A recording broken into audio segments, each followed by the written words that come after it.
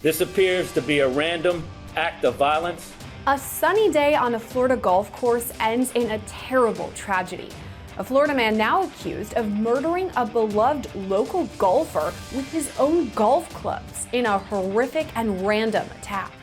After all this, police say the suspect stripped naked and attempted to flee the scene.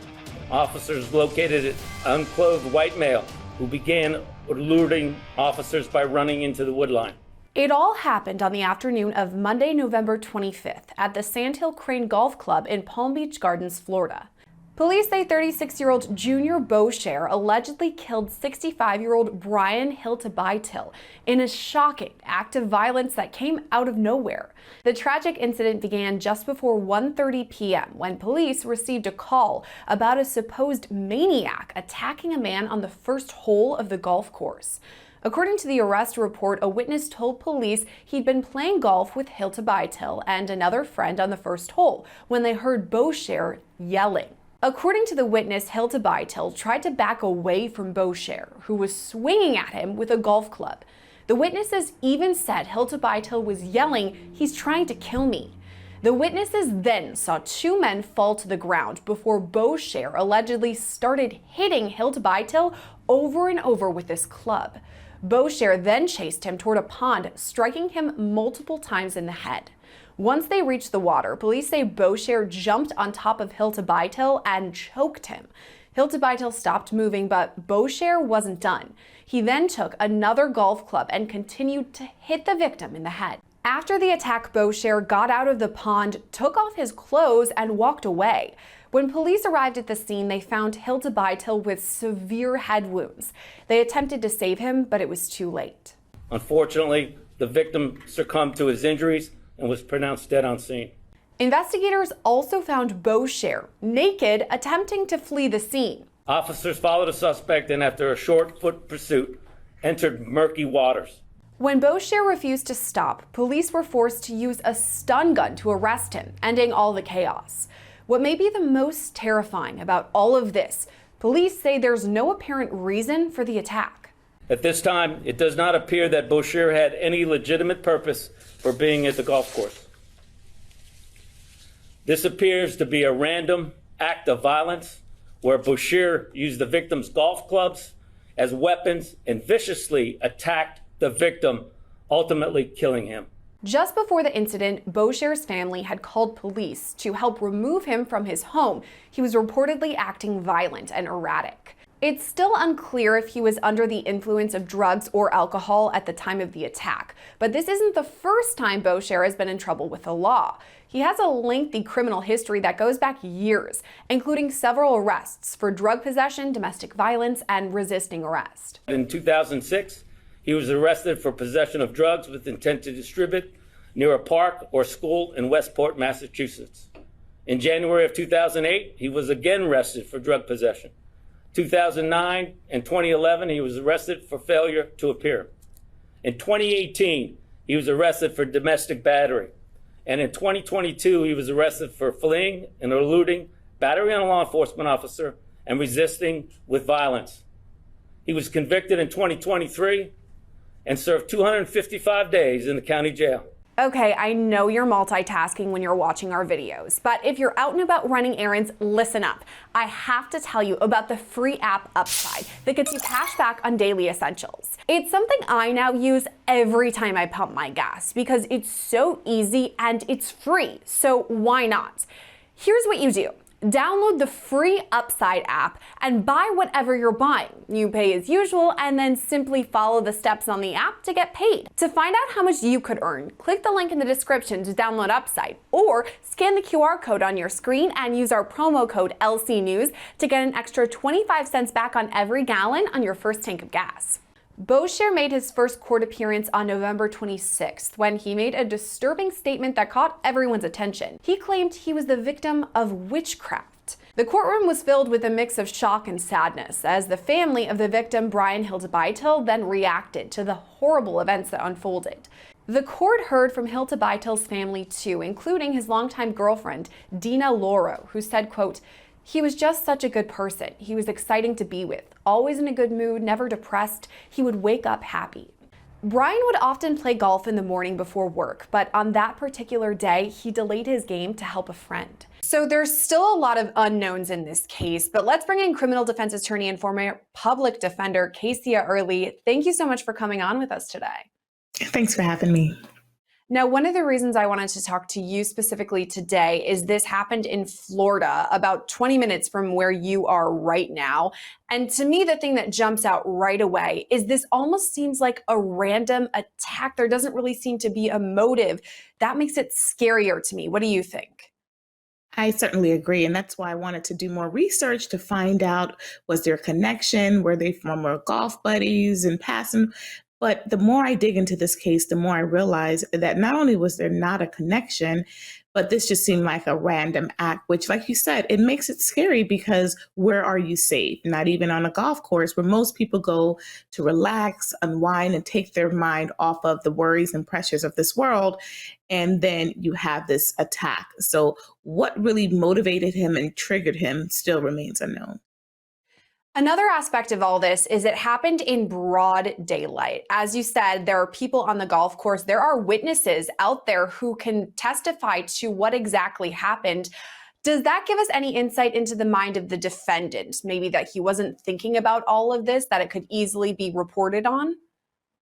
Well, oftentimes the clients that I have as a criminal defense attorney, it's in the heat of the moment, the act of passion, where they don't take time to really think about their actions. And this may be the case. We don't know what triggered him.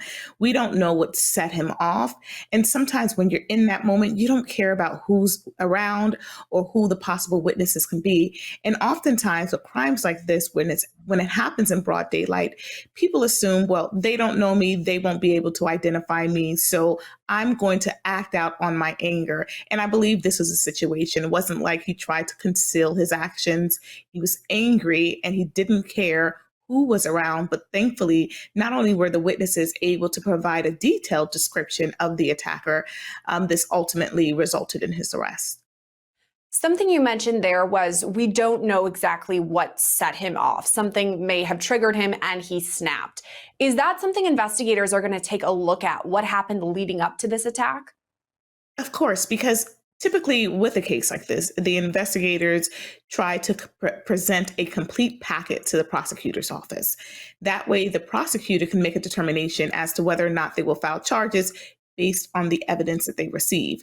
But then once the prosecutor filed the charges, motive is not an element to the crime. So even if they don't have a motive, even if they don't know what triggered him, that is not an element that they have to prove beyond a reasonable doubt in order to secure conviction. On the other hand, the defense may, in order to poke holes in the prosecution's case, may try to come up with a motive.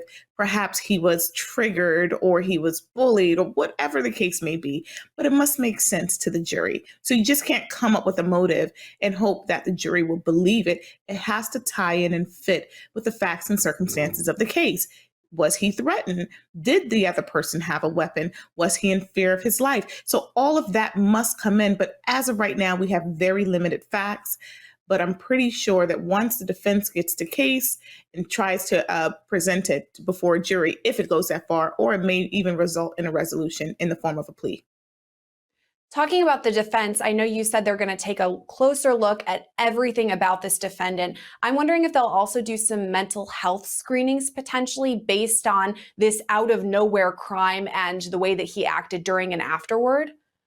Mental health is very important. So typically when I have a case that seems out of the ordinary, especially like this one, I usually like to dig deeper. I talk to the families in addition to my client and try to find out, is there some mental health issues?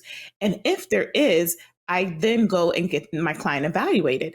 Based on that evaluation, that psychological evaluation, then there's a memo that I present as a packet, as a mitigator packet, because sometimes the facts and evidence is so bad, you don't want to risk going to trial because you may risk having a longer sentence. So in this case, if this was a mental health issue and I have a psychologist create that report, I then present that report along with a memo and mitigating factors first time offender. This was out of the ordinary. He suffers from this.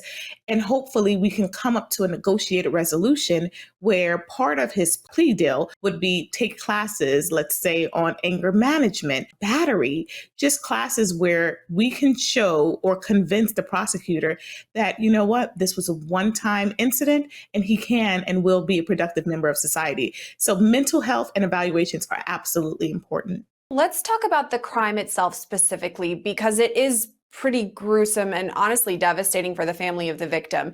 We know that the defendant took a golf club, obviously a very durable weapon, and attacked the victim.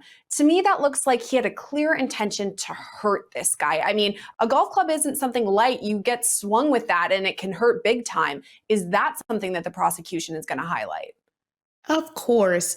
Oftentimes, society believes that a weapon is considered a knife or a gun, but a true definition of a weapon is anything that can inflict harm or substantial pain to the alleged victim in this case. So obviously a golf club that's made out of, even if it's made out of aluminum or any type of metal, that can, and in this case did, inflict substantial harm to the victim in this case. So of course the prosecution is going to highlight that, but also the element of surprise. You don't think that someone would utilize a golf club as a form of a weapon, and in this case it did. But based on my experience and working with cases like this, when something like this happens out of the blue, there was a trigger. So we want to know what that trigger was in order to kind of paint this picture of why he reacted like that, especially on a golf course. I'm also interested in what led him to act what he did next. So he beats this guy allegedly with this golf club, and then the victim is heard saying, "He's going to kill me," screaming out in fear. The suspect then chases him into a pond and chokes/drowns him. The victim ended up dying in all of this. Does this show that the defendant was trying to murder the victim? Not only that it shows that he was trying to murder, it also shows that there was no longer a sense of harm or fear. So let's say this case goes to trial. The defense cannot say, oh, this was self-defense, because where was the imminent threat? Okay, so we know that even if you were triggered to beat him with this golf club, you then chased him into the water. So there's the fear is going or running away from you. So you can't say I was defending myself when you're running towards the fear. So this is why I say this case is not a good case to take to trial. Even though a person has the absolute right to stand before a jury of their peers, a fair and impartial jury, and determine whether or not, based on the evidence and facts presented, that they are guilty beyond a reasonable doubt, oftentimes it is our job as legal counsel to say, although you're entitled to go to trial, the facts and evidence of this case is overwhelmingly against you. I suggest that you take full responsibility and let's see if we can mitigate a lighter sentence, because the moment you chased that threat, you were no longer scared. You now became the aggressor. Even if you started off as the victim, you became the aggressor and you ultimately took someone's life. And in this case, it just looked like pure anger, frustration, hatred. No matter what set him off, he had the opportunity to stop. I agree with you. There were many times that he could have backed off, walked away, but obviously he killed the victim in this case. The next part of what he does is also kind of interesting to me too. Apparently then he takes off his clothes and he's just completely naked walking around on this golf course. I know that we talked about mental health issues in the past. Is that kind of correlated here? This is why I said this case is different, because when you talk about the way he acted afterwards, you also have to think about what happened before to set him off. Typically, when you're dealing with mental health patients or clients, the simplest things will set him off that wouldn't set off a normal person. So his actions before, as well as his actions afterwards, definitely needs to take a closer look. And I really believe a skilled and trained psychologist, and oftentimes it takes more than one, to really make sure that these mental health issues are really there, and to really convince the prosecutor that he was dealing with something very serious that ticked him off, that caused this deadly result. We still don't know exactly what triggered him, but we do know he's obviously violent. Right now, he's being held without bond. Do you think that this is appropriate? I mean, he could be a danger to himself or the community. It's absolutely appropriate, and here's why. In Florida, typically when you have these heinous crimes of violence, you're typically held without bond because it needs to ensure that the community is safe. How can we be ensured that the community is safe when you did this in public amongst various witnesses in broad daylight and something so simple to trigger you off, no matter what it is, even if it was words? He was absolutely aggressive from the beginning to the end. So typically in Florida, you're held no bond until you go to trial. And in cases like this, even though the evidence is there, it takes time for the defense to prepare their case. So we've talked a lot about a potential jury trial, but you have also mentioned plea deals. I'm wondering, in your expert opinion, what do you think? Which way is it going to go? Based on my experience in Florida, the prosecutors typically take these evaluations under consideration. And in this case, I do believe that based on his background, if this is his first time offense, he may get a light sentence. And a light sentence here in Florida may be between 10, 15 years to give him time if he is mentally incapacitated or suffering from some mental illness to ensure that he receives the proper treatment under the direction of the Department of Corrections. So it could be a few years, but you have to understand this is a death that was involved. So whether it's charged as a second-degree felony or manslaughter or first-degree homicide, he's facing life. So anything less than life, it's a gift. There's a through line through all of this. It's just a devastating story for the family, friends, victims, one we're definitely going to continue to follow. Casey, thank you for stopping by and breaking down the case for us. Thanks for having me. As for Junior Boucher, he's being held without bail at the Palm County Beach Jail on a first-degree murder charge. Reporting for Law&Crime, I'm Gillespie.